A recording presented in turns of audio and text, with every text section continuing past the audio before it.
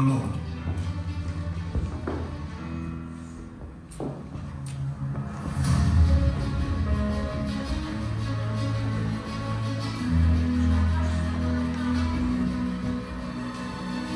Hail the Church of the Living God.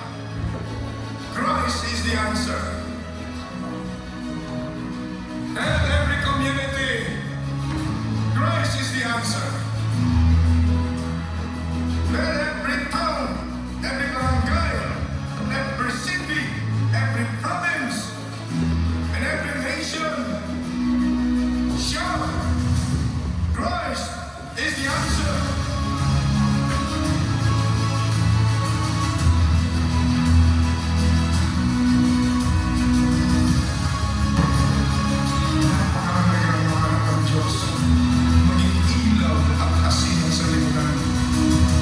This is indispensable for all people of God, for all Christians purchased with the blood of Jesus, to show to the whole world that we have love and unity, so that the unbelieving world will finally believe and receive and accept Jesus as the Messiah, Jesus as the Christ, the Son of the living God, Jesus as the only Savior of humanity. Sabihin natin, thank you, Lord Jesus. Thank you, Father God. Thank you, Lord Holy Spirit. I believe in my heart. The year 2025 is the year of our breakthroughs. Because Christ is truly the answer to all the needs of humanity. Everybody say, our God is not dead. Jesus is alive.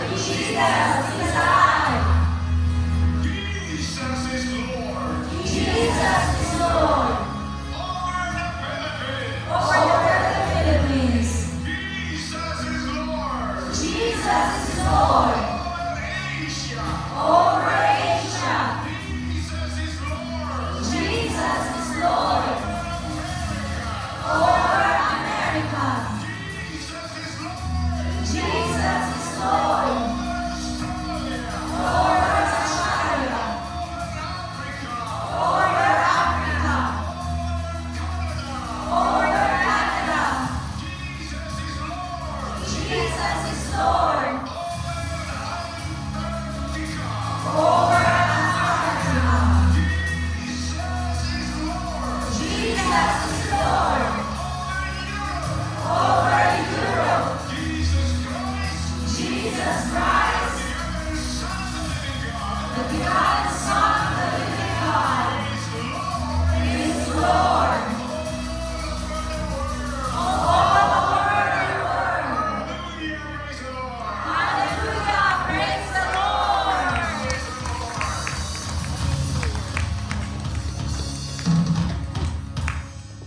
Okay po, let's open in prayers po. Heavenly Father, we praise you and we worship you, Lord. You are the King of Kings, Lord of Lords, and you are our great God, Lord. Lord, thank you for bringing your people here, Lord, to glorify you today. And thank you, Lord, for the whole month of February for looking after us. Truly, Lord, that we felt your presence, Lord, in our lives. Thank you for showing your loving kindness and mercy in our lives, Lord, for the whole month. And today, Lord, we humbly come to your presence, Lord, asking for your forgiveness, Lord. Whatever unrighteousness that you see in our hearts, may you cleanse us, Lord, so we can humbly come to your presence, Lord, to your throne of grace, Lord. For today, Lord, may you bless our praise and worship, Lord. May you usher the praise and worship team, anoint the praise and worship team, Lord, so we can usher your people to offer you the highest honor, praise, and adoration, Lord, today. And Lord, for the messenger that whom you're going to use today, bless us, Lord. Bless her lips, Lord, and anoint her lips, Lord. And may your very word be only revealed today, Lord. And may your word speak to your people. May your word minister to your people, Lord. May you comfort your people, Lord, with your word. And Lord, no one will leave this place without having you experiencing them in our lives today, Lord. Lord, we commit everything to you, Lord. You bless the fellowship of each and every one of us, Lord. And Lord, may the Holy Spirit be with us today, Lord. May you be our programmer today, Lord, and whatever the works of the devil, Lord, we rebuke it, Lord, in Jesus' name, Lord. You be all the highest honor, glory, praise, adoration, and thanksgiving. In Jesus' name we pray. Amen.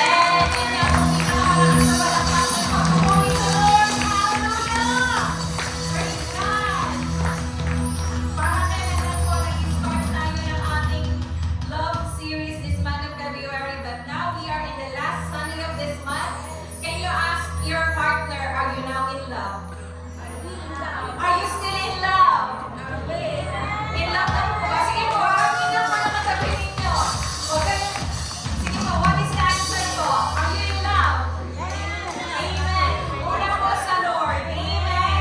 Pangalawa po sa ating katabi. Sige nga po sabihin natin sa ating katabi, tell your partner or your seatmate, I love you. With the love of the Lord. Amen. To your next partner po, another partner. Because Christ's love is the answer, building stronger relationships. Baka hindi pa natin masabi sa kanila, I love you with the love of the Lord. Amen. With a smile in our lips. Amen. Sino po dito yung masaya dahil nandito siya ngayong umagang ito? Those who are happy and glad that you are here in His place. You are happy, you are alive to praise and worship the name of the living God. Amen. And before we praise and worship the Lord, can we read Psalms chapter 86 verses 12 and 13? As we lift up our hands, we will read this as if we are talking to God and we are addressing this to the Lord our God. Let us say 1, 2, 3. I will praise you, Lord my God, with all my heart. I will glorify your name forever, for great is your love toward me. You have delivered me from the depths, from the beyond of death. Sabihin po natin, I will praise you. I will praise you. Only you, God. Only you, God, like Him. We offer our praise and worship. Amen. Hallelujah.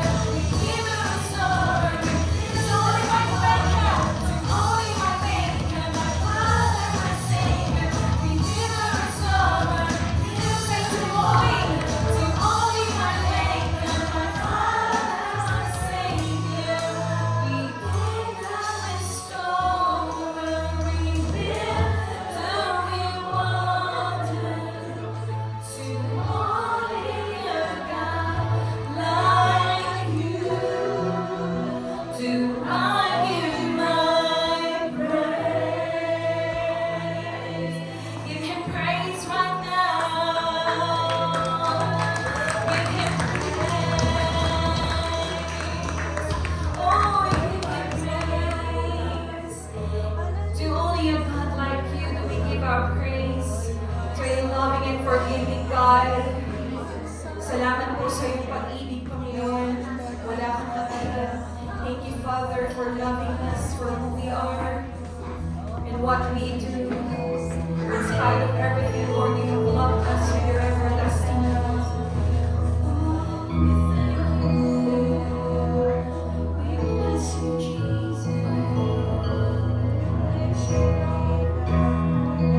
Let us continue to meditate the goodness of the Lord. Let us dwell upon the goodness of the Lord our God in this place, in our lives, and begin to thank Him. Thank Him. Oh, thank you for that. Thank you for your goodness. Thank you for saving us. Thank you for choosing us as your children. We are your children. We are your people. Thank you, Lord, for healing us. Thank you, Lord, for providing our needs.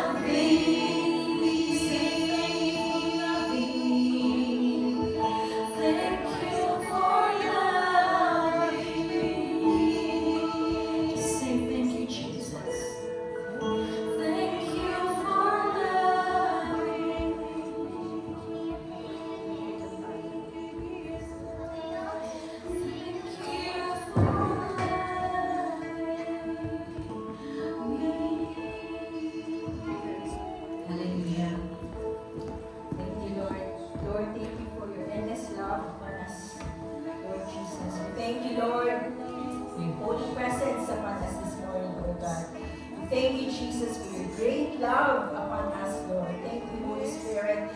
Lord, we continue, Lord, to lift up your holy word upon us this morning.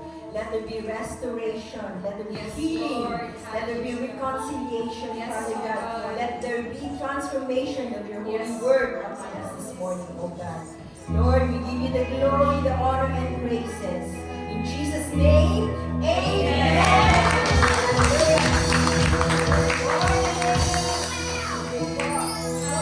So before we sit down po, let us all rise and stand po as we read the Word of God in 1 John 3:18. Let us not love with words or speech, but with actions and in truth. So sa po ang 1 John 3:18. Hallelujah. So, dear children, let us not love with words or speech, but in actions and in truth. 1 John 3:18. Blessed be the reading of His holy word. Sige po, good morning po sa lahat. Pwede na po tayo magsalita. Amen. Hallelujah. Glory. Kumusta po ang lahat?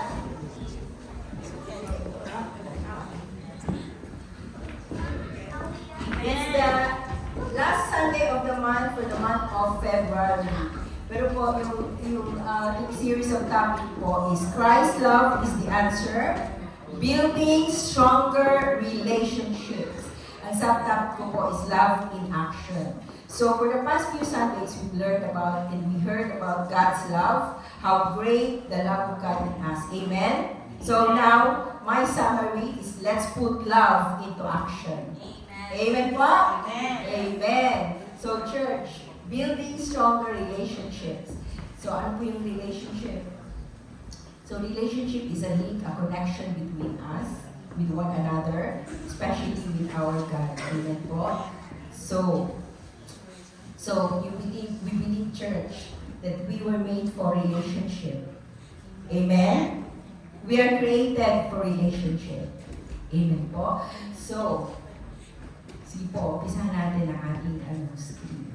So, in the beginning, in Genesis 2:18, at the beginning of time, God said, it was not good for a man to be alone.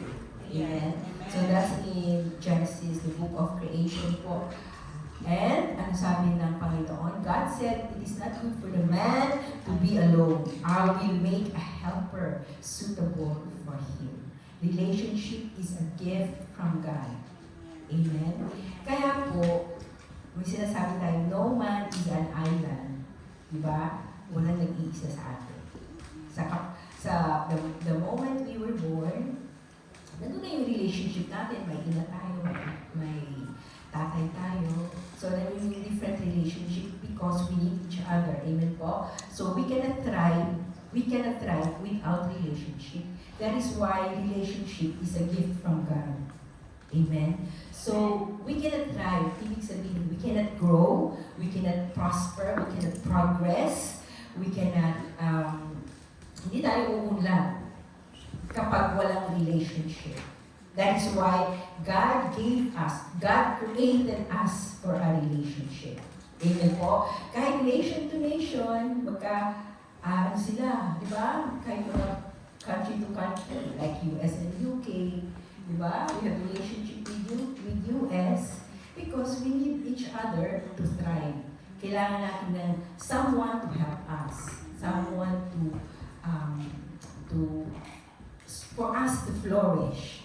Amen? That is why po relationship is very important po. So, this is what makes, gusto ko basahin si Sir Genesis 1:26. God said, let us make mankind in our image, in our likeness. So, sa first chapter of Genesis, the Bible tells us that we were created to enjoy relationship with God and relationship with each other in Genesis chapter 2. So I want to go straight away to Genesis 1:26.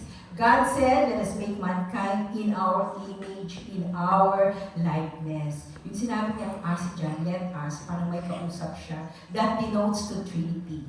Amen? That denotes to God the Father, God the Son, Jesus, and the Holy Spirit. Kaya sinabi niya, let us make. So there was a relationship. God created us for a relationship until the fall of Adam and Eve. Hanggang sa nagkasala si Adam and Eve, no? We all know the creation in the book of Genesis. So this is what makes Christianity unique, that the God we worship wants a personal relationship with us. And it's only through Jesus only Jesus can enable this to happen, redeeming and restoring what God intended to be. Kung ano yung intention sana ni Lord, na because of sin, because of our fall, kaya yun. But through Jesus, God redeems us and God restores us through what God intended. So that is the nature of God for us po. Ating Panginoon, that He longs to have a relationship with us. Amen? In Jeremiah 24:7 po, sinabi, I will give them a heart to know me, that I am the Lord, they will be my people, and I will be their God, for they will return to me with all their heart. So ganun po ang ating Panginoon, that He wants to have a relationship with us. Amen? So, this is where the love of God in action comes in.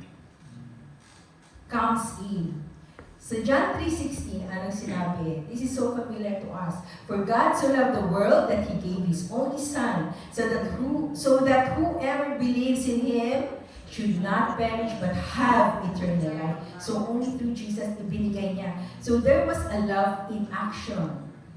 Gave is an action word. May ginawa siya. May ibinigay siya. Buhay ang kanyang ibinigay para sa atin. So that we will not perish but have eternal life.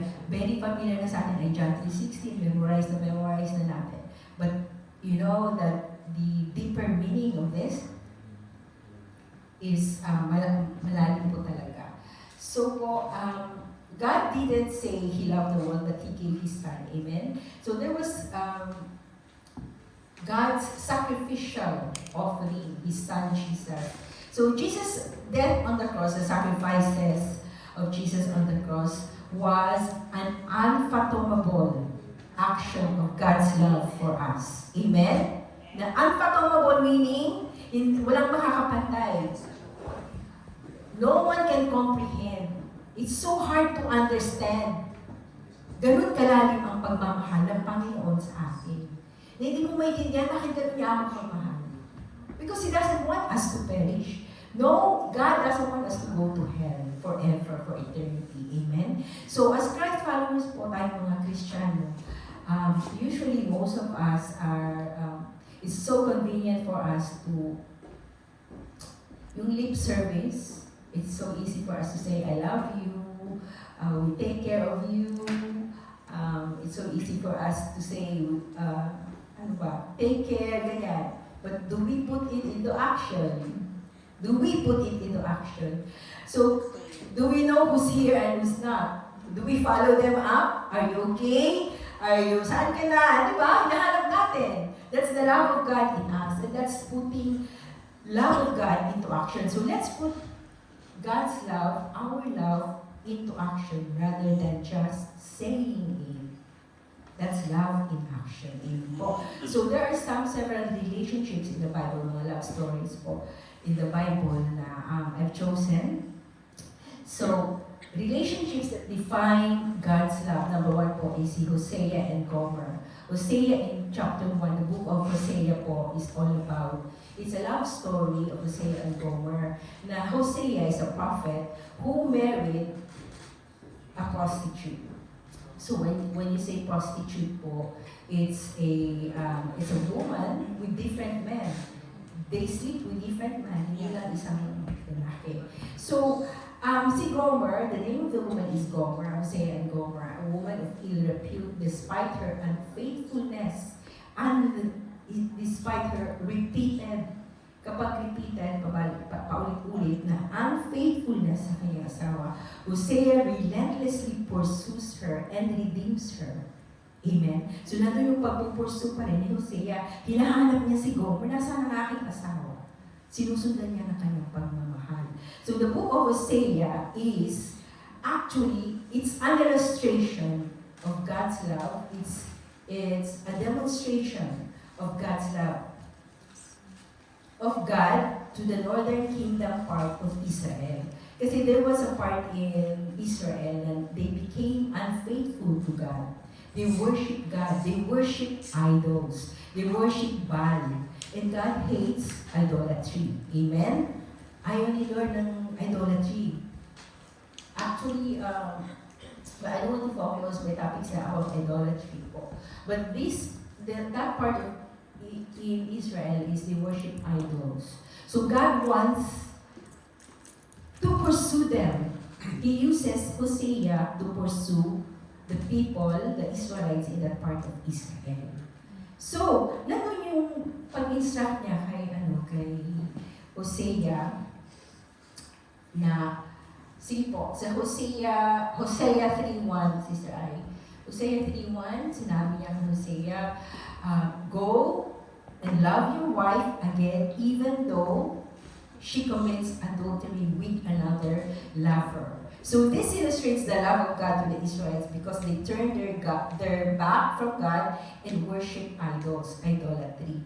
Ayaw ni Lord ng idols, amen po. So here we don't worship idols because our God, Sister Ai, yung John 4:24 po. Our God, John 4:24, because our God is Spirit, and His worshippers must worship in the Spirit and in truth. Amen po. Although our God doesn't have physical bodies, na nakikita natin siya, but we are the reflections of God's glory. Amen? So po, that's Hosea and Gomer. So si Hosea and Gomer po, this is the undeserving kind of love. Doon yung pagre-reconcile, doon yung Hosea is always there to redeem his wife, to reconcile with his wife. True love is not about receiving, but about giving even when it's difficult. True love is about forgiveness and second chances. Amen? Not only second chances, pero yung pagmamahal ng Panginoon sa atin, even moment by moment nagkakasala tayo, pero nandun pa rin yung forgiveness ng Panginoon sa atin. Amen. Amen? Di lang yung second chances. Amen. So, madali sabihin second chances kasi hindi ikaw ang nasa posisyon ko. You're not in my situation. But God, don't forget that all of us have different struggles and situations in life. Because God deals us individually, differently. Amen po? So that is the kind of love of Hosea and Gomer. Even of our unfaithfulness, kahit ilang beses tayo naging unfaithful sa Panginoon, nandun pa rin yung pinupurso tayo ng pagmamahal ng Panginoon. Sinusundan tayo ng kanyang pagmamahal. Amen po? So, at the end of my teaching po, isa-summarize ko pa rin po ito. So, number 2 po, kasi po I've chosen 6. Number 2, Jacob and Rachel. Jacob and Rachel. Sino nakakalam sa Jacob and Rachel relationship? Jacob and Rachel in Genesis 29. So ito, they met in a well in Haran. Yung balon, di ba nung panahon yung well nga. And then Jacob fell in love with Rachel and agreed to work for 7 years to earn her hand in marriage. Kasi nung panahon, di ba, they have dowry. Ano ba yung dowry sa Tagalog? Pabuya? Yes. So they earn 7 years, and then through I will share all these relationships in the Bible very briefly po kasi mahaba po ang kanilang story. Through a deceptive twist, Jacob ended up to Rachel's older sister, Leah. The older sister is Leah. So kasi, despite the disappointment and betrayal, Jacob's love for Rachel was so strong that he agreed to work an additional 7 years to marry her. So ganun, 14 years.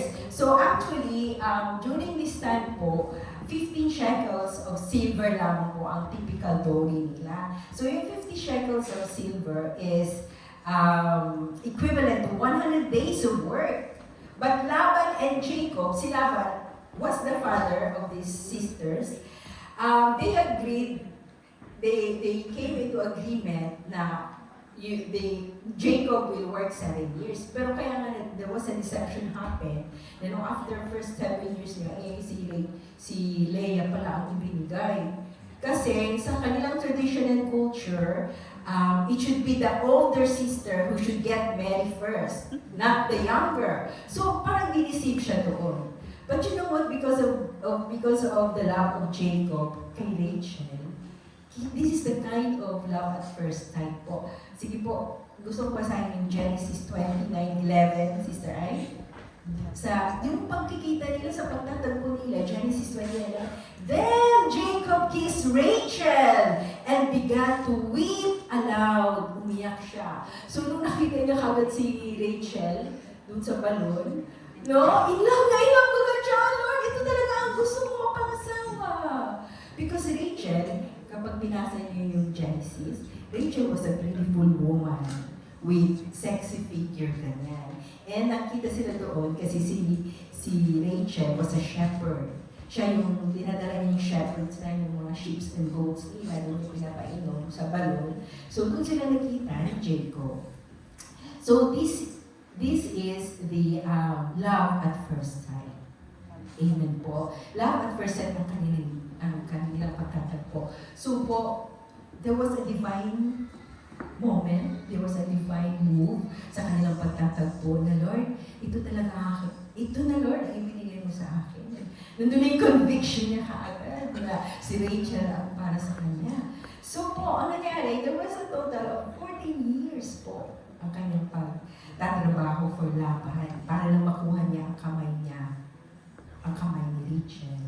Because although napunta sa kanya si Leah, pero si Rachel talaga ang gusto niya. Si Rachel, kay Rachel talaga siya na in love. Love at first sight. Amen po. So, ang ibig kong sabihin dito is love in waiting. Diba? For 14 years? Diba? Pagtrabahoan mo ng 14 years? No, this is love in waiting. True love is patient and persevering.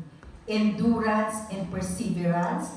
Faith brings you closer to realize the beauty of God's plan in your life. So po, nandun po yung working and earning should be in action. So kung makikita natin 14 years para lang mapangasawa na yun, that's how valuable Rachel is to Jacob. Na pinaghirapan niya talaga. Amen? So church, that's how valuable you are to God. In God's love. No? Na kahit anong gawin mo, kahit na tatalikuran mo ang Panginoon, God's love is with you. God's love is constant on you. Na sinusunod ka, ipupuso ka pa rin ni Lord. Siya pa rin yung hahanap ng way para na makabalik ka sa kanyang piling. That's the value. That's how valuable Rachel is to Jacob, and that's how valuable you are to God po. Amen po. So, sino mga singles dito? Sino mga naghahanap ng mga boyfriend at girlfriend? Wala? Lahat na married na tayo dito? Sino? Wala na. All married couples na. Sa lahat ng naghahanap ng mapangasawa, uy, bakit ka nag-raise ng hand kung may asawa ka na? So po, sa lahat ng mga singles, mga naghahanap po ng mapangasawa, no, love is, it's not so where, kung saan, kailan, at where, when, you, and how you're going to meet your partner, the love of your life, you know? It should not be by chance, but by destiny. Na you will allow God to carry it out for you. Pray ka lang ng pray. You don't have to search on him or her. You don't have to search. Basta pray ka lang ng pray. Lord, you know my need, Lord. I need someone. He even created Eve. God created Eve in the first place because He knows the need of a person. That we need someone to be with. Amen po? So, nandun po yung, it should not by chance, but it should be by destiny po. Nandun yung movement. So, that's how valuable you are to God. So po, next po, kasi mahaba pa po, David and Jonathan. So, David and Jonathan, 1 Samuel and 2 Samuel po, is a platonic kind of love. No, deep, meaningful friendship that doesn't involve romantic, sexual desire. So Jonathan, who knows the story of David and Jonathan? Jonathan, the son of King Saul, and David, a shepherd who became king. Diba, I always mention about David, and formed a deep bond of friendship. Despite his father's hatred for David, Jonathan stood by his friend, even risking his own life to save him. Ganun ka, lalim ang kanilang friendship. So, ang kanilang friendship po is, ang kanilang friendship is the kind of friendship na it's loyalty beyond family. Kasi di ba, father niya si King Saul. Pero, when King Saul was hunting David, because he doesn't want David to be the king, di ba gusto niya patayin si David. So, when King Saul was hunting David, si Jonathan, kasi nalilinig niya ang plano niya ng kanyang tatay, hahanapin na naman si David. He would always make a way. Hahanapin niya rin si David, and he will ask David to escape. Para hindi siya so that King Saul cannot chase him up. So, he helps David, nandun yung protection ni Jonathan sa kanilang pagkakaibigan. Amen po? So, nandun yung loyalty beyond family. In Proverbs 17, so there was sacrifice and protection, no? Their friendship was marked by mutual respect. See po sa second page na po tayo. Loyalty and selflessness. Jonathan's willingness to give up his right to the throne of David shows a selfless love that puts the other person's needs above one's own.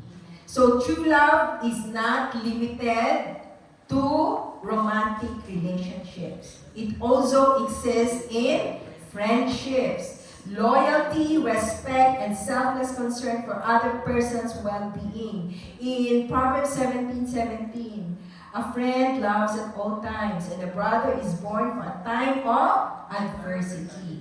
One who has unreliable friends soon comes to ruin, but there is a friend who sticks closer than a brother. So mayroong kaibigan na mas close pa sa iyo kaysa sa kapatid mo.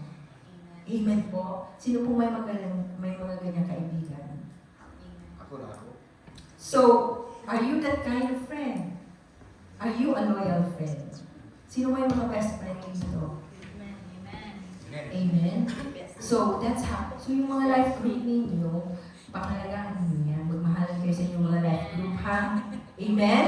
Hindi mag-aaway-aaway sa life group. Kasi God can blossom that into a beautiful friendship. Amen? So, magmahalan, there should be unity. So, that is the kind of friendship na there's protection. Amen? And respect. So, are you a good friend? This is about friendship. Sige po, sabihin niyo po sa inyong katabi, I am a good friend. I am a good friend. Are you? Are you? Amen. Are you? Okay. So next po, another relationship po is Martha, Mary and Martha po. Sige po, bigyan ko na po. So si Mary and Martha is in Luke 10:38-42.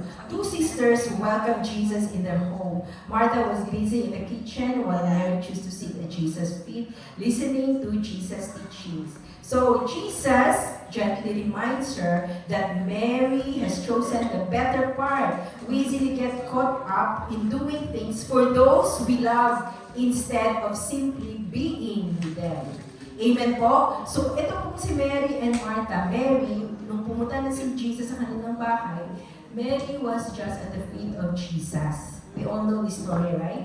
So nandun siya, she sits beside Jesus, listening to Jesus and his teachings.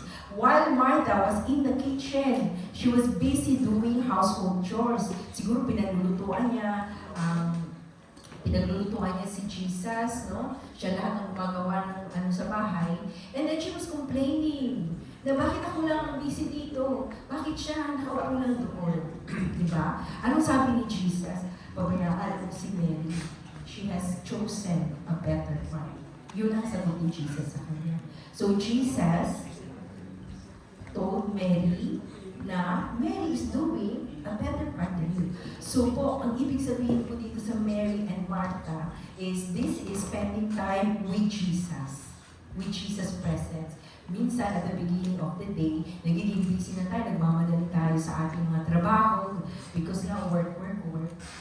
Pero nandito yung importance of spending time with Jesus sa presensya ng Panginoon. Because that is the source of our strength. Amen po? So po, being with them, so ito po yung true love is about presence, attentiveness, and cherishing the moments we spend with our loved ones. Sometimes po, nagiging busy na tayo, work, dahil napapadala tayo ng pera sa Pilipinas, na ganyan. But kaya nga po, most of us here, kapag nandito na tayo sa abroad, di ba? Anong ginagawa kaagad natin? Ang desire po natin, we always get our wife. We always take our children here. Kasi, alam natin na kahit may pera, even we have money, pero iba pa rin yung kasama mo sila. Amen? Iba pa rin yung kasama mo ang asawa mo, iba pa rin yung kasama pa rin yung mga anak mo. Diba? Kung wala sila dito, tinatawagan natin through messenger. 24/7, naka-on ang mga CCTV. No? Nakikita lang natin sila. Because that's the importance of presence. Nakasama natin sila. Amen? So, yan po, cherishing the moments we spend with our loved ones. Minsan po, kahit nandito ang ating family, pero busy tayo sa ating work, hindi na natin alam anong nangyayari sa ating mga anak sa school. Hindi natin alam, may problema na pala inyong asawa sa trabaho. Amen? So, this is to remind us that the presence, our presence for each other is important. Amen po? Spending time with your family, spending time with Jesus po. Attentiveness and cherishing the moments we spend with our loved ones. Next po, number 5, the prodigal son. The prodigal son in Luke 15:11-32, a young man demands his inheritance early, wasted his money on reckless living, and eventually returned home destitute and ashamed. Yet his father welcomes him back with open arms, rejoicing him at his return, rather than condemning his actions. So, ito po yung prodigal son, may dalawang magkapatid na naman, na lalaki, na ang bunso, the younger son, demanded for his pamana. Bigay mo na sa akin pamana ko. And then, so binigay naman ng ama, and then he went astray, he went and go out, wasted his money in reckless living. Diba? And then, nung naubos na ang kanyang money, when the money was gone, he finished all his money, no? Doon niya na-realize na mali pala ang ginagawa ko, pinagwaldas ko lang ang pera. No? So hanggang sa wala na siyang patutunguhan. No? Wala na, parang siguro when he was at that moment, parang wala na siyang pag-asa, church. Those, parang, di ba, kapag naglayas ka, parang nahihiya ka bumalik. Kasi pag naglayas ka sa atin, your parents will tell you, natuto ka din. Di ba? Ganun ang ating mga parents. Naglayas ka, bumalik ka pa. Ginagano tayo. Sino na naglayas na dito? Di ba? Pero church, anong ginawa ng younger son? Bumalik siya sa kanyang ama. Anong ginawa ng kanyang ama? Di ba? The father, andito, yet his father welcomes him back with open arms, rejoicing at his return, rather than condemning his actions. And then ano pang ginawa ng kanyang father? Nagpatawag pa siya. There was a feast of celebration. Amen? Halika dito, anak. Mabuti naman bumalik ka. No? That's the love of God in us, church. Anytime, kahit ano pang pinagagawa mo sa buhay mo, you can come back anytime to your God. To the love of God. Amen? Without condemnation pa yan, ha? Hindi ka sinisisi. Kasi ang tigas ng ulo mo. Hindi ka na ating Panginoon. Pero He called for a feast of celebration. Magano kayo ng nagpipiesta pa sila. Then yung kanyang kapatid na lalaki, the older son, the eldest brother, older brother, nagselos. Diba? Nagselos siya. Bakit siya?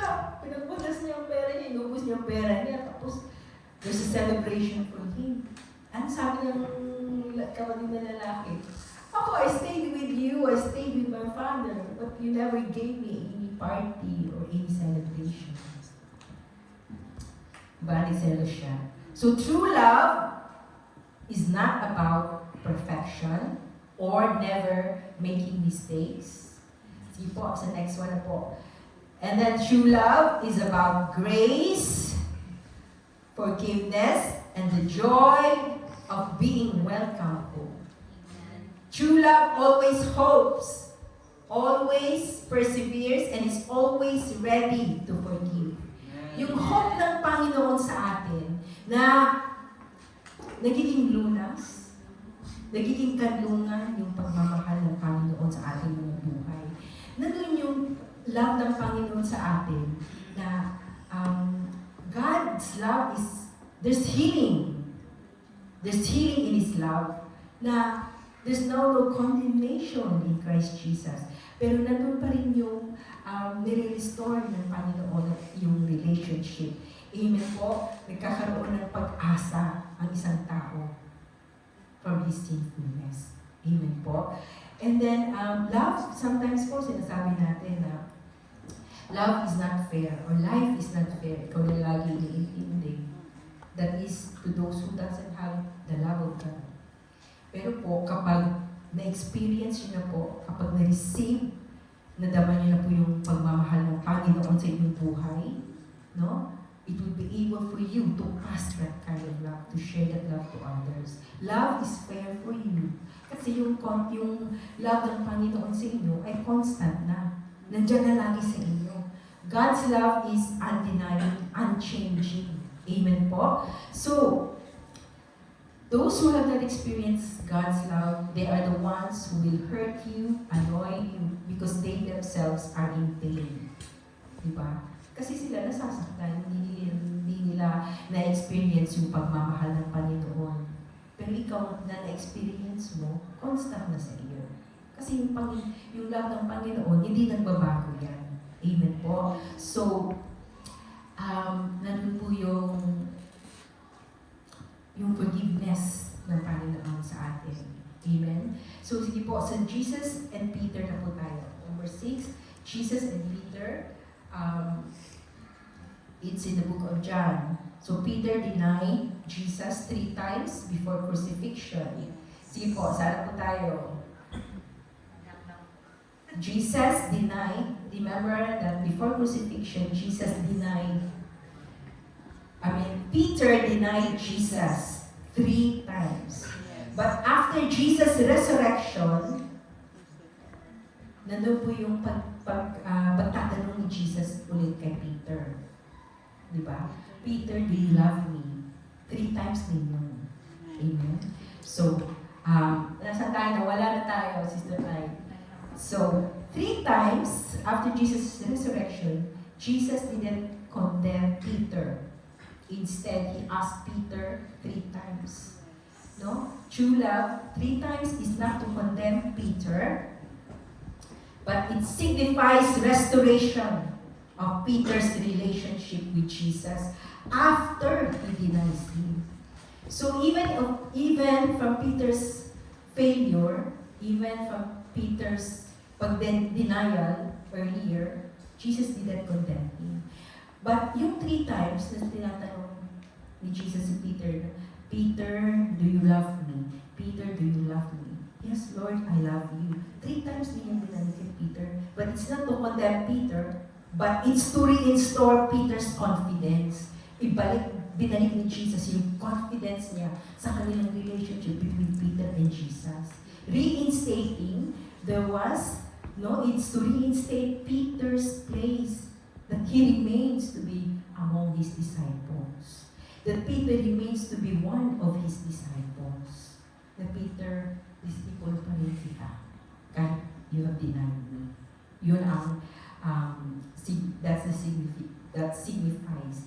True love has the power to overcome failure and disappointment. True love doesn't hold grudges, but seeks reconciliation and restoration.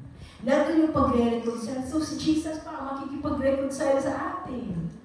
Amen? Si Jesus pa yung gumagawa ng paraan. I-restore ka pa ni Jesus. Na ikaw pa rin ang aking anak. Kahit makasalanan ka. Amen po? So, next po, there's now no condemnation in Christ Jesus. So this is the kind of love Jesus has for you. True love doesn't hold grudges, but seeks reconciliation and restoration. True love is always willing to forgive and start anew. Amen po. So love is a decision to be kind, to forgive, to sacrifice, and to stand by another despite the odds. So, next page po tayo, Sister Ai. God's love is unfailing. It never diminishes, wavers, or ceases. Hindi nagbabago. It's a protective. Sige po, Psalms 36:7. How priceless is your unfailing love, O God. The children may take refuge in the shadow of your wings. Because of the Lord's great love, we are not consumed. For His compassions never fail. They are new every morning. Great is thy faithfulness, Lord. It is a protective force that offers refuge. Ano po ang refuge? Kapahingahan, kanlungan. Diba? Yun yung protective force. Yun yung nandun yung protective refuge. Ano ba ang refuge sa Tagalog? Kanlungan. Amen. So nandun yung natatakbuhan mo siya. Doon ka nagpapahinga. No? Nagiging kanlungan mo. Amen po? So God's love remains steadfast and reliable. God's love will never abandon you, even in times of trials and failure. It's a constant source of strength. Amen? Sige po, next page po. God's love is unrestricted. This is the nature of God's love, the divine love upon us. God's love is unrestricted. In Romans 8:38-39, for I am convinced that neither death nor life, neither angels nor demons, neither the present nor the future, nor any powers, neither height nor depth, nor anything else in all creation will be able to separate us from the love of God that is in Christ Jesus. So focus on God's promises rather than temporary things in this world. So po, God's love is unrestricted. Ano mo ang unrestricted? It is not limited by boundaries. It is not limited by conditions or human understanding. It is not hindered or stopped by our failures or shortcomings. Amen po? So, unrestricted love, meaning po, it's available to everyone.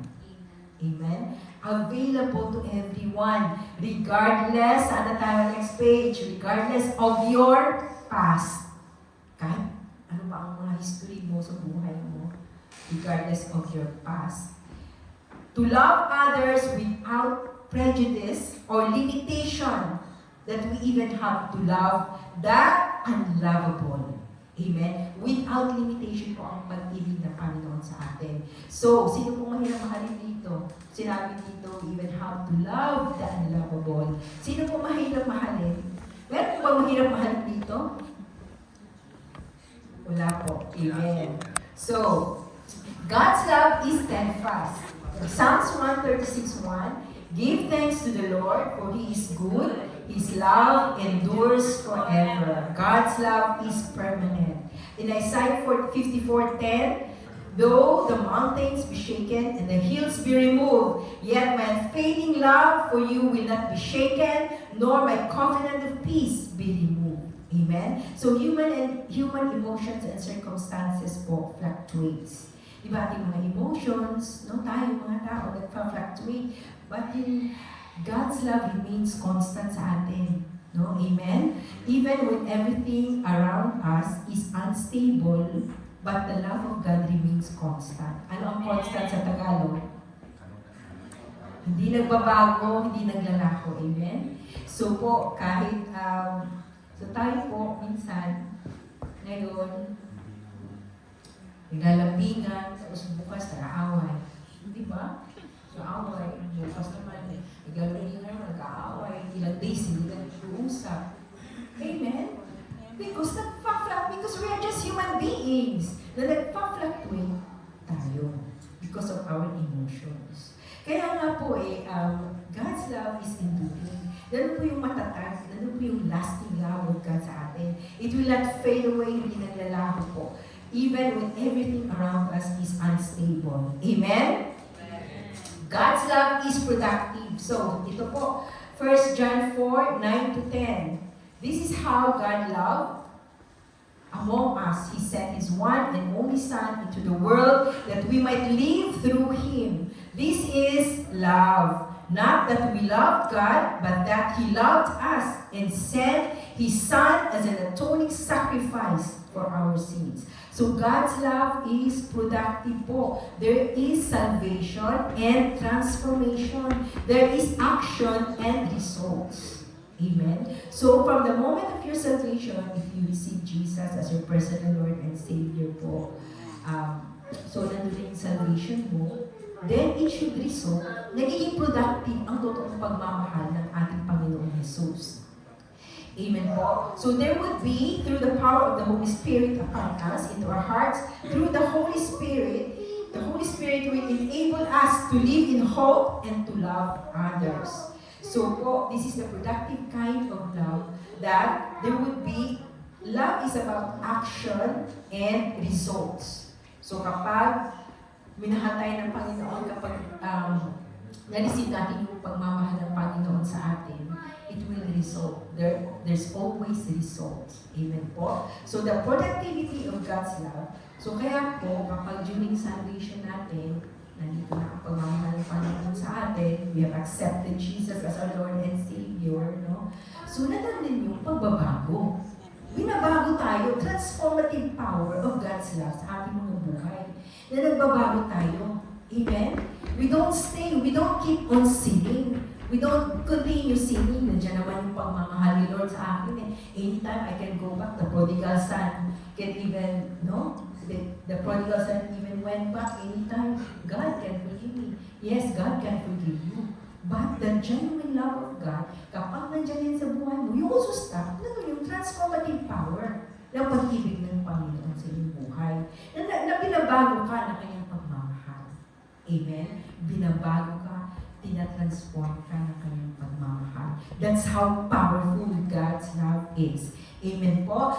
And ano po, the productivity of God's love is seen in the way it drives us to share the gospel, serve others, live out our faith in visible ways. Merong pagbabago, marunong na tayong magmahal at magpatawad.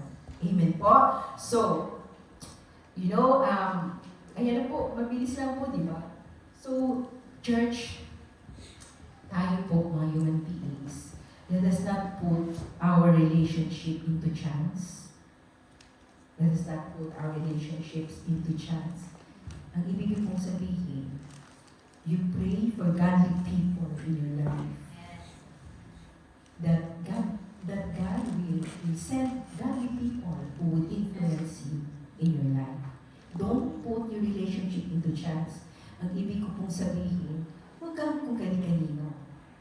Di ba? You just have a relationship with this and that and that. Di ba? But pray for godly people to come into your life. Amen? So po, don't make relationship.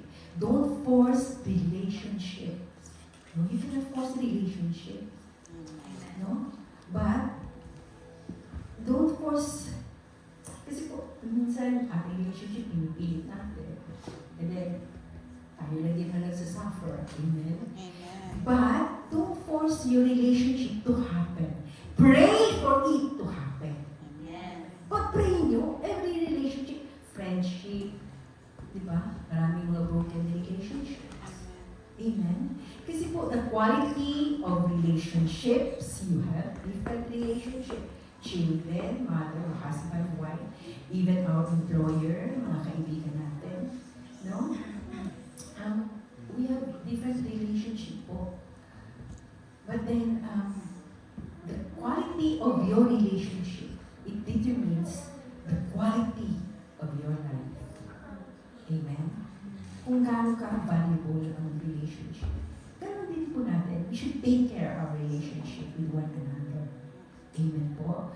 So, nandun yung church, you know, even how many times, how many failed relationships you had in the past. Kahit ilang beses ka pang natapa with your relationship, hindi ka mali sa relationship.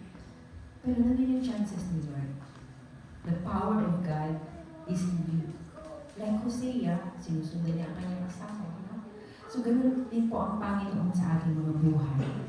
Amen? Even how bad your past was, even how bad your relationship, failed relationships in you, but the power of God is more powerful than your failures. Amen? Nandun yung itatayo ka ng Panginoon. I-restore ka ng Panginoon. God wants to reconcile. Hindi ka niya pababayaan. Kapag nadapa ka, hindi ka natatayo. No, God will always pick you up from that relationship. Amen? God will always restore your relationship. There will be reconciliation of God. There will be God's forgiveness sa inyong buhay. Hanggang sa ikaw ay marunong ka na rin pong magpatawad.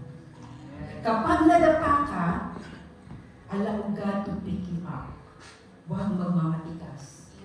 Amen? Allow God to pick you up with His love. Anak, nandito pa rin ang pagmamahal ko sa iyo. I will restore you, anak.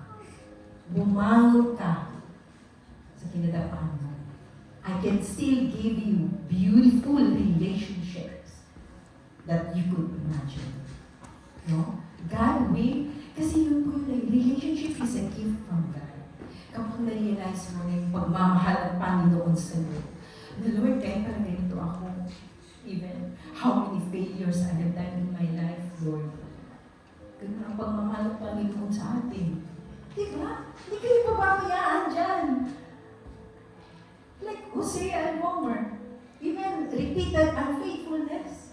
Nandun pa rin yung pagsusunod ng pagmamahal ng Panginoon sa iyong buhay. Hindi ka niyo pababayaan hanggang sa hindi ka makabalik sa Kanya. Amen? But you should also be receptive. No? You accept God's love in you. Open your heart to God. Lord, I surrender my life to you. I surrender my relationship to you, Lord. Amen? The Lord, kahit ganito ako kamakasalanan, Lord, you know, kasi tayo, most of the time, we always look for the right person. But God wants us to mold us into the right person. Tayo muna gusto ni Lord eh. For us to become a right person, before you can find the right person for you. Dapat magsimula muna sa sarili mo. So allow God's love to mold you. Allow God's love to transform you, church. Amen? Sige po, palakpakan po natin ang Word of God. Amen? So po, conclusion na po tayo. The complexity of human relationships encompasses a wide range of emotion, challenges, and opportunities for growth through accounts of love, conflict, forgiveness, and reconciliation. The Word of God points out the transformative power of God's love and grace in all relationships. Amen? So Romans 12:9-21, love must be sincere, hate what is evil, cling to what is good. Be devoted to one another in love. Honor one another above yourselves, for God is love. Sige po, sabihin niyo sa inyong secrets, God is love. God is love. Sabihin niyo sa inyong secrets, I love you. I love you. Do you really love? So, God love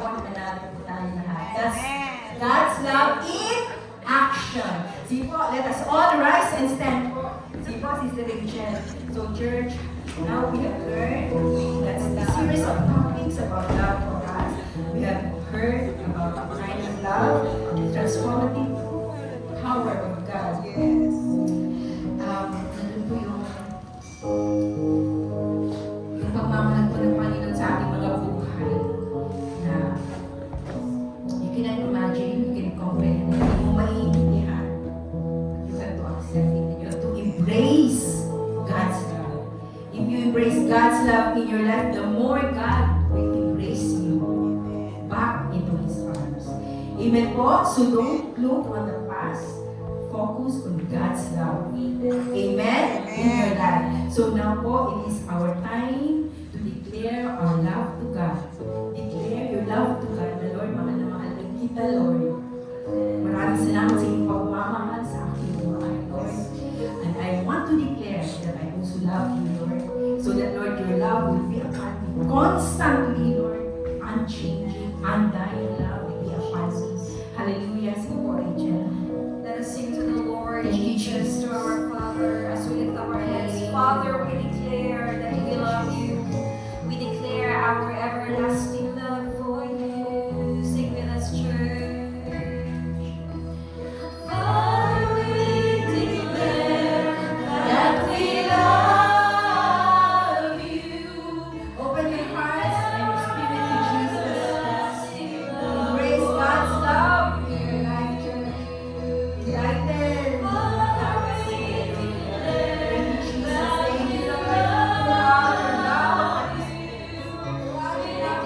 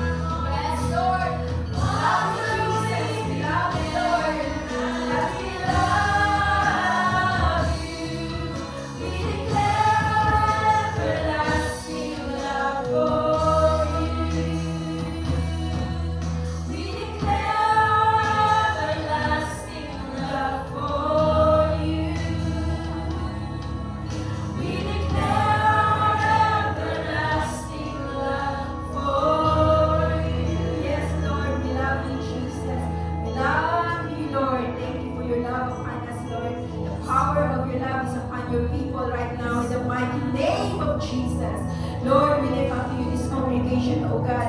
Lord, that you have released your love, your great love, Panginoon, your forgiveness upon the lives of your people, O God. That, Lord, even, Lord, with the failed relationships, Panginoon, even in their arguments and disagreement po, Panginoon, you will put a place, O God.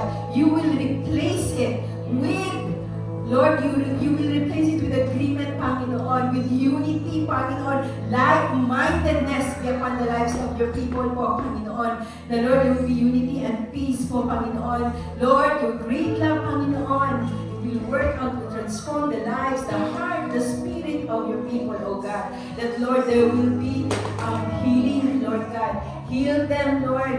Heal them, Jesus. Heal them, Lord, from any relationships, oh God. Lord, there will be, you will restore them, Panginoon. Your great love, Panginoon, that they will, Lord, rise up again, oh God. They will live their lives for you. They will, Lord, allow your children to walk again in your love, O Panginoon. Your constant love be upon the lives of your people in this place. In the mighty name of Jesus. Hallelujah. Glory, glory to your holy name. Lord, bless every relationship that we have in our life, O Panginoon. That every relationship, O Panginoon, will be glorifying to you, O Panginoon. Lord, you will release the blessings for every relationship that we have, for every relationship, Panginoon, that they have in this place. Lord God, you will bless it, Lord. Make it strong, stronger even po, Panginoon. Lord, there will be harmony, there will be forgiveness, reconciliation, restoration of your love upon the relationships. In the mighty name of Jesus, Lord, continue to bless your people, oh God.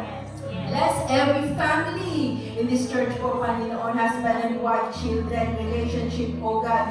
Even sa mga couples po, Panginoon, and those to even who need, Lord God, of someone for their lives, Lord, you will bless them. You will make a way for them po, Panginoon, because it is your desire for your people, oh God, not to be isolated, Lord, but to be someone with po, Panginoon. Thank you, Jesus, for creating us, Lord, Thank you, Lord, for creating us, Lord, for a relationship, oh God. Lord, nandun po yung Panginoon, ang kanilang relasyon po, Panginoon, sa inyo, Panginoon, will be constant po, Panginoon. That, Lord, ang relationship po nila sa iyo, Panginoon, they will value it, oh God. They will treasure the relationship to you, oh God. So that, Lord, you can guide them. You can embrace them, Lord, powerfully with your love po, Panginoon, sa kanilang buhay. Ipadama niyo po sa kanila, Panginoon, ang inyong pagmamahal. Kung gaano kalalim ang iyong pagmamahal. Enlighten their hearts and their spirit, Lord, with your love. In the mighty name of Jesus. Thank you, Lord, that through your Holy Spirit that enables us to live in hope, and to love others po, Panginoon. Salamat po, Panginoon, for the healing, for the restoration, and the deliverance, that, Lord, you will set free everyone in this place with your love, O God, that every hurt, Panginoon, every pain po sa kanilang mga buhay, Panginoon, every failures, every frustrations, Lord, you will restore it. You will fill it with your great, great love, Panginoon. The power of your love be upon the lives of your people in this place. In the mighty name of Jesus, be all the glory, the honor, power, and praise belongs to our God the Father, the Son, and the Holy Spirit. Amen.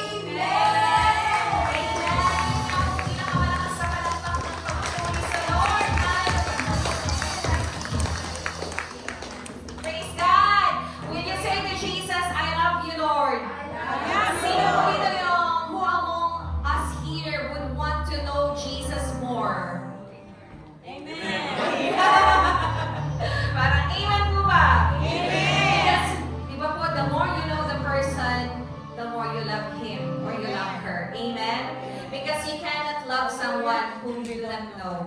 Amen? So when we know Jesus more, we can love Him better and best. Amen? Palakpakan po natin ang Lord. Yun po yung ating aawitin sa umagang ito. Hallelujah! Praise God! Woo! He's the Savior of our soul. You know that I love you. You know that I want to know you so much more than I have before. Say these words are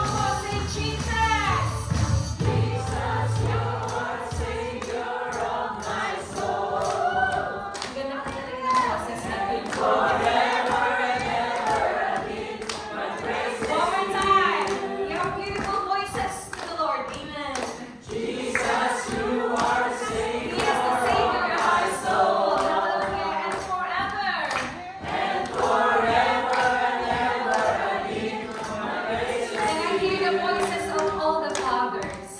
Amen. Jesus, you are Savior of my soul. Choir, diba?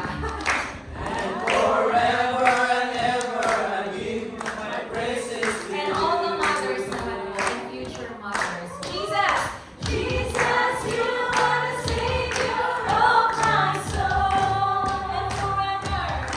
And forever and ever I give my praises to you. Lahat po ng mga anak, all the children here. Jesus, I am also a child, no? Lahat po ng in love kay Lord. All those who are in love with God. Jesus, you are Savior of my soul. And forever and ever I give my praises to you. Say, and forever and ever I give my praises to you. And your voices alone and forever. My praises to you. Palakpakan natin, Lord. Hallelujah. Praise the Lord.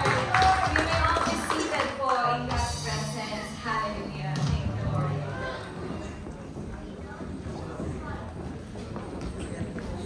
Amen. Are you blessed? Amen. Amen. God is good. All the time. All the time. God is good. Okay. God is good for everything that we have today. Amen. We will proceed to the tithes and offering. Okay. Naniniwala po ba kayo na ang lahat ng anak ng Diyos ay pinagpala? Amen. Ay hindi magkukulang. Amen? Amen. Okay. Let us read Nehemiah 13 verse 12. Okay. Dito po ang makikita natin, even in the Old Testament, they doing the tithes and offering. Okay. All Judah brought the tithes of grain, new wine, and olive oil into the storerooms. Nehemiah 13 verse 12. So, actually that time, most of the occupation sa mga ng Old Testaments is they are farmers and shepherd. Kaya nga po, ang binibigay nila is new wine and olive oil. Yeah, types of grain. So mga bagay, yung kinita nila, yung na-harvest nila, yung binibigay ng Lord. Ay binibigay nila sa Lord. New wine, ibig sabihin the best. Yeah, if you love God, the best yung ibibigay mo. Amen? Hindi yung tira-tira. Amen? Amen po? Kasi ito yung key kung paano yung ating bulsa hindi mabubutas. Amen? Kaya hindi tayo magkukulang. Anything that we want, God will provide. Amen? Amen. So, ang tinuturo ng Lord dito is magbibigay ka rin lang yung the best na. And it's for God. Amen? At yung sinabing storerooms, usually they use it. Yung storerooms na to, na kung saan they put their tithes of grain and yung wine and olive oil into the storerooms. Ito po yun, the church. Yeah. In the present time, it's a church. Pero yung storerooms na to, dito yung kumukuha sila na, dito yung ginagamit ng mga priests. Yeah. Kung saan binibigay din sa mga nangangailangan. Amen. So, in present times, it's a church na kung saan ginagamit natin yung mga tithes and offering sa mga different kinds of activities. Soul winning, sa evangelism, even yung mga gamit natin ito, saan po ba nanggagaling na ang tithes and offering. And then the second one is 2 Chronicles 31 verse 6. The people of Israel and Judah who live in the towns of Judah also brought a tithe of their herbs and flocks and a tithe of the holy things dedicated to the Lord their God, and they piled them in heaps. So 2 Chronicles 31 verse 6. Dito nga po, offering, every tithes that we bring to God, we dedicate it. So, hindi lang po kung ano yung financially o materially. Even your body, your time, your life, you can give to the Lord. Amen? And this is that, because when we love God, we dedicate everything that we want to offer to God. Let's dedicate it to God. Then He will bring it back to you. Amen? That is the key, diba? That is the key for the abundance that we're going to have from God. Yung mga trabaho natin, yung physical natin, yung pagiging malakas natin, that is come from God. Binabalik lang po natin sa Panginoon. At every time, di ba sabi nga ng Lord, He is delighted to all the offerings or given by those people who have a cheerful heart. Yeah? Ang hirap po atang tumanggap ng regalo na masama ang loob ng nagbibigay. Di po ba? Kayo po ba, pag nagbigay kayo, masama yung loob nyo? Hindi, di ba? Binibigay mo to ng buong puso, ng mesaya. Amen. So, tanda po natin, we are one of the, we are one of the inheritance of Israel. Yeah? We are belong to Judah. Amen. Okay, so, sabi nga, the tithes of herds and flocks. Imagine, mga bagay lang na naibibigay mo, we must dedicate to God. Amen.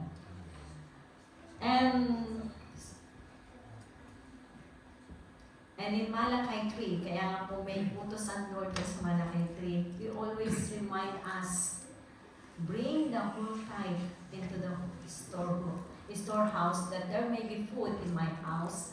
Test me in this, say the Lord Almighty, and see if I will not throw open the floodgates of heaven and pour out so much blessing that there will not be room enough to store it.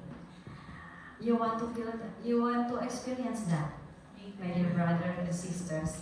Yeah. So, hindi po nagbibiro ang Lord dito. He command you, He test you, He challenge you. So, ang maganda nito, He will always, may kalakip na promise. Diba? So, this is a challenge ng God sa bawat isa sa atin. We are here in United Kingdom, although this is yung napakamahal ang pamumuhay dito sa UK, but God allowed us to experience the goodness of God here abundantly. Okay? So, sabi nga ng Lord, bring the whole tithe in the storehouse, and there may be food in my house. So, ang lahat ng po ito ginagamit natin to expansion of the kingdom of God. So, dito, bawat kilos mo, talagang gagamit ka talaga ng finances. Amen? Amen. So, saan po manggagaling lahat yan? Dito sa tithes and offering natin. At always remember, God will open the floodgates. Pag sinabing floodgates, talagang tuloy-tuloy ang blessing na yan. Walang sino mang pwedeng mag-close niyan. Hanggang sa hindi mo na alam saan ilalagay yung blessing ng Lord. Amen? Amen po. At the promise of God in conclusion, sa 2 Corinthians 9 verse 8. And God is able to bless you abundantly. Yeah? So that in all things, at all times, having all that you need, you will abound in every good work. Amen? God is good. Truly, God is good. He will supply our needs every day. Every day. All things. Hindi yung yung sparing lang. Kundi all things at all times. At all your need. All your need. That is the promise of God to every one of us. 2 Corinthians 9:8. So, this is a challenge for every one of us. Always remember the promise of God. When you are healed, with all your heart, with a good heart and happy, do it, my dear brother and sisters. Para maranasan natin yung flowing ng blessing sa atin. Amen po. In any areas of our life, there is abundantly. Amen? So let us pray. Father God, we thank you, O Lord, for teaching us to trust you, O Lord God, in everything that we have.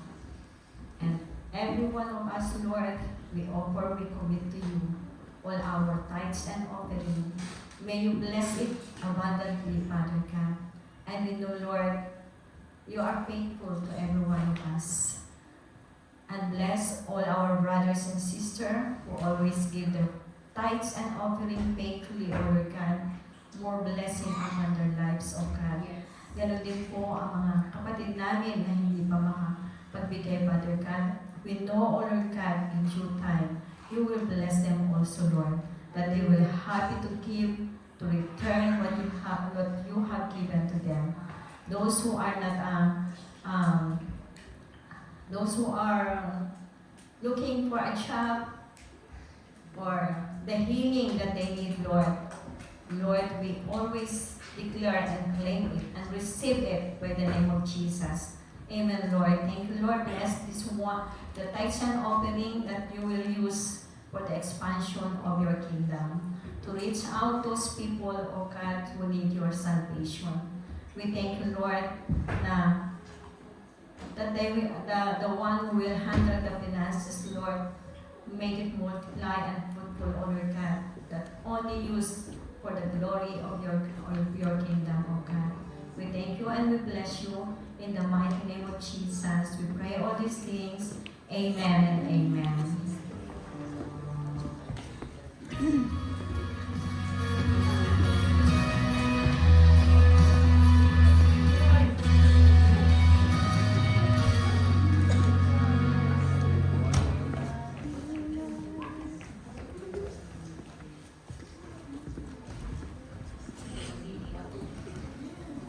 Shall we go to our announcements? So this is our praise report for February.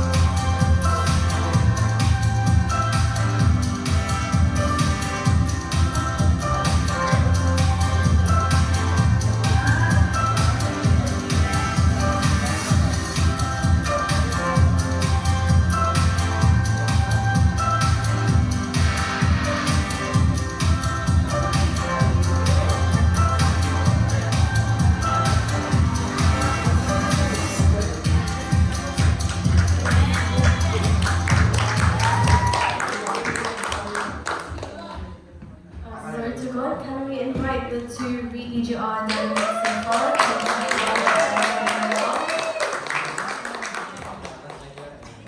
We invite you to the front. So we'd like to hear a short 2 to 3 minutes testimony from you. How can you encourage us and, a testimony from the retreat. Would you like to start?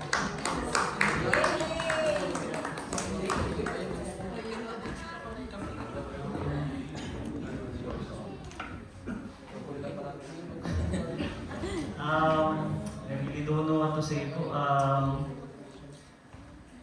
But then I just want to share the blessing that I got from that day, from those days, 2 days po.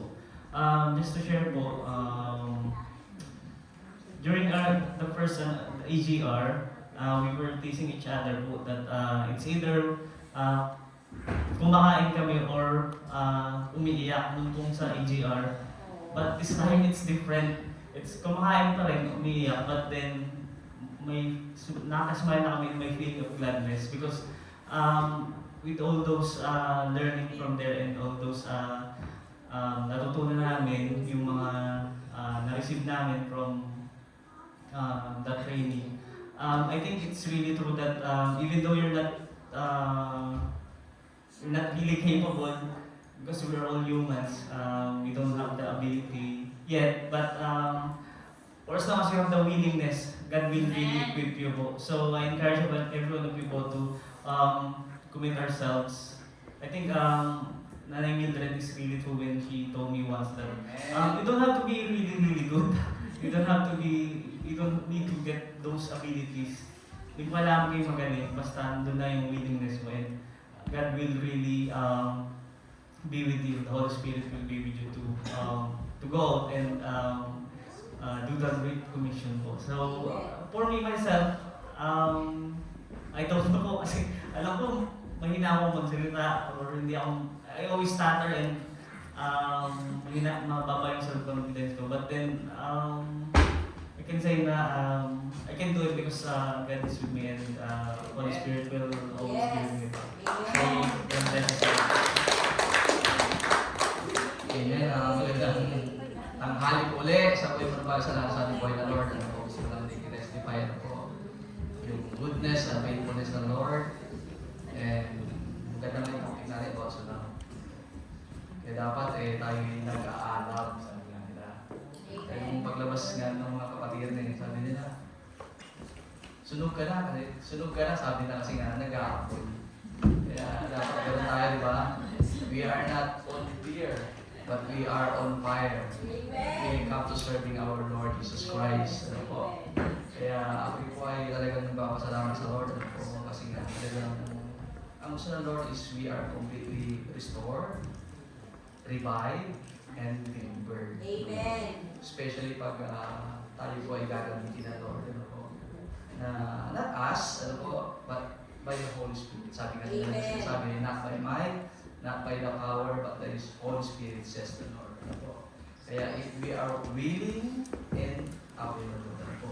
Hindi kasi magandang willing ka lang but you are not available. Ano po? Kaya kailangan hindi lang start, but you are willing and available. Ano po? Na magpagamit para sa kapurihan ng Lord. Ano po? I'm not saying this, but because I'm a part of EDOC, but sinasabi ko po sa inyo ito para na the more na makikilala mo kasi ang yung Creator o create the universe, the more na malalaman mo that you are very precious from God. Ayun po. The more na nagdidig ka, nagsisik ka ng kanyang presensya o pagkakilala sa kanya, the more na malalaman mo na kung gaano kanya kamahal, kung gaano ka ka-precious sa kanya. Amen po. Kaya we encourage, ano po, not just only the batch 21, ano po, even the batch 22 for next coming year, ano po, na isan po natin, ano po, we encourage, ano, we could say, we study for one year or 1 year and a half, but we will use it for long life, ano po, para sa kapurihan at kalunan. Amen po. Sabi nga nila, ano po, there's always sacrifice. Ano po, talagang may sakripisyo kasi po may success. Amen po. Thank you, Lord.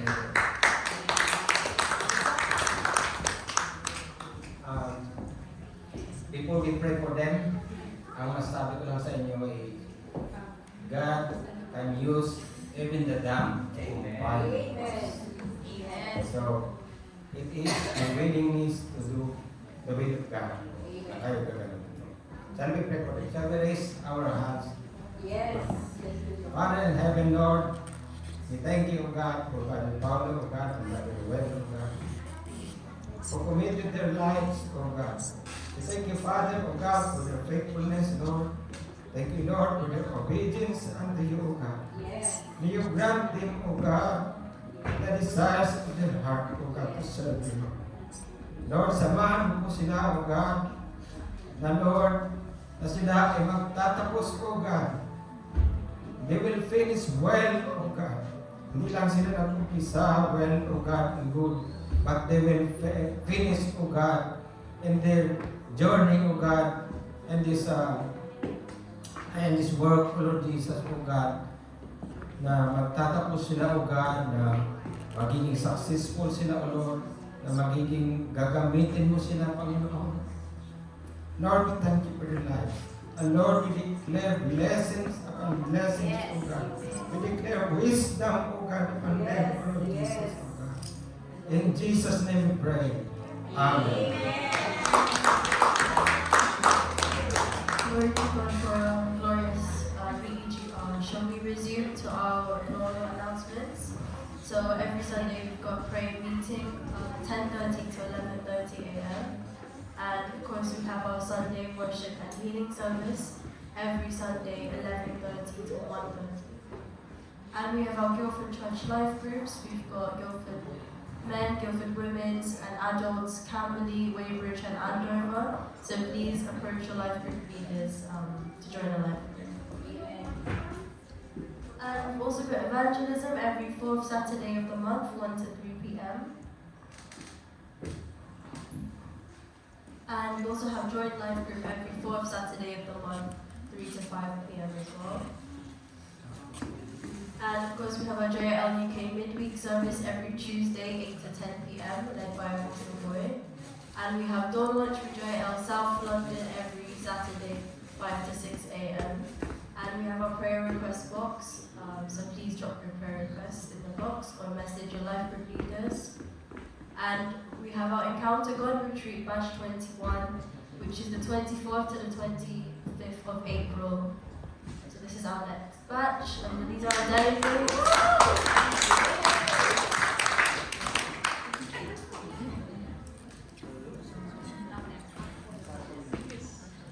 Amen. Ano po?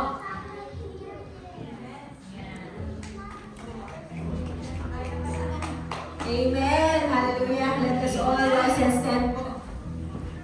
Praise God. Sige po, let us continue to sing to the Lord. I can sing of your love forever. Amen. Pwede po madalina. I can sing of your love forever. I can sing of your love forever. I can sing of your love forever. I can sing of your love forever. Mountains and the seas, over the mountains and the seas. You have never lost been love for me. Then I will open up my heart and let you set me free. I'm happy to be in the truth, and I will daily lift my head. Forever I'll always sing of when your love can tell. I can sing of your love forever.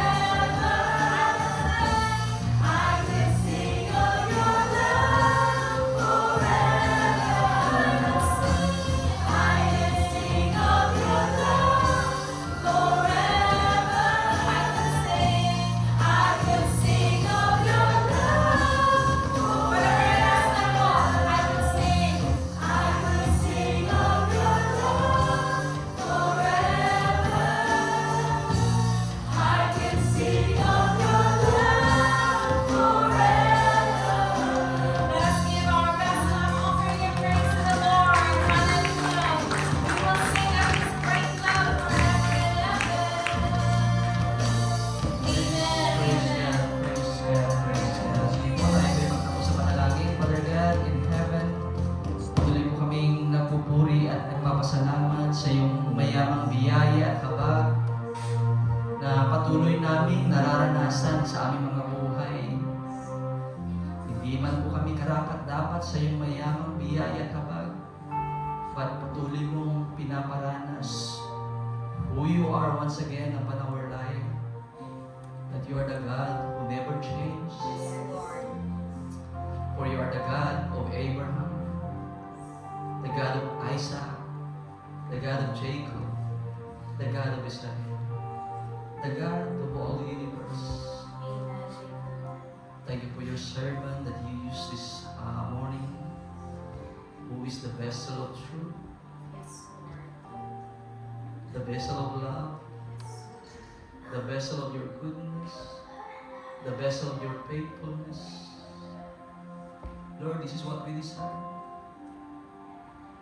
To respond of your goodness and your faithfulness. Give us the heart of willingness to obey your very word this morning.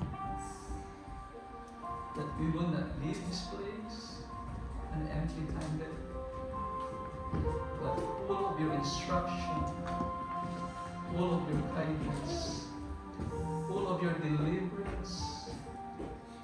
As we set foot outside of this room, we bring your holy word, that what we can present to our friends, co-workers,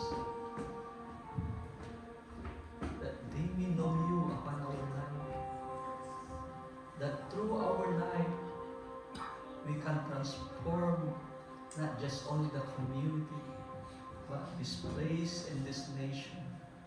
Lord, this is what we long in and what we desire. To use all these peoples of yours mightily to your kingdom, yes, for your purpose and for your plan.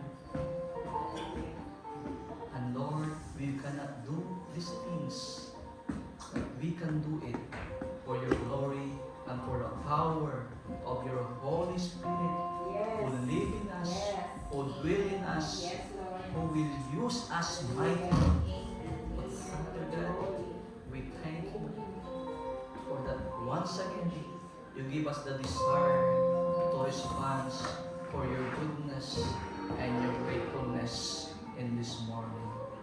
Father God, we also remember your servant, the vision holder of Jesus is Lord, Jesus is Lord worldwide, upon the life of Brother Eddie Villanueva, even Pastor Joey, Senator Joey, and Mayor John. Patuloy na ingatan mo ang kanilang mga buhay. Patuloy na palibutan mo sila ng mga taong nagmamahal, nananalangin, rumirespeto at higit sa lahat maging katuwang nila upang ang iyong mandato ay patuloy na maibaba at magamit lamang para sa iyong kapurihan at kaluwalhatian. Naniniwala at nananampalataya. Hindi ka pa po tapos sa mga buhay ko nila. And Lord, we desire also the power and anointing will be flow, Lord, especially here in Jesus' Lord Guildford, to all your servants, to all your workers, to all your disciples here. Naniniwala at nananampalataya kami, Lord, na hindi ka pumadamot, tapos ikaw ay mayaman sa lahat ng mga bagay. For it said your word that whatever you ask in prayer, believing in you will receive. Lord, salamat, we are not just only believe, but we receive the fulfillment of your promises upon all your servant workers who truly love you and serve you with all your heart. Father God, we thank you. Maging sa aming pagkain, na aming pagsasaluhan, continue to bless the food and all the one that you use to provide this food. We declare and believe that this food you will use only to nourish our physical body. This body will never use to glorify and for the expansion of your kingdom. As I declare, Lord, your goodness and your faithfulness for your church, for your people here, for your plan is good, not evil. Plans of prosperity, not a calamity. Plans of hope and a better future. As this church seek first your kingdom and your righteousness, all these things shall be added upon their lives. And you will provide all the needs of your people according to your riches in glory in Christ Jesus. And Lord, thank you for your promises that you will never leave us nor forsake us, and you are with us to the very end. of your age. Father God, salamat sa assurance. And as we end, continue to bless your people. The Lord will bless you and keep you. The Lord will be patient and be gracious to you. The Lord lift up his countenance, and the God of peace, who is our shalom, be with you. The peace of God who transcends all understanding will guard your heart and mind in Christ Jesus. And surely indeed, with the love of God and the grace of our Lord Jesus Christ,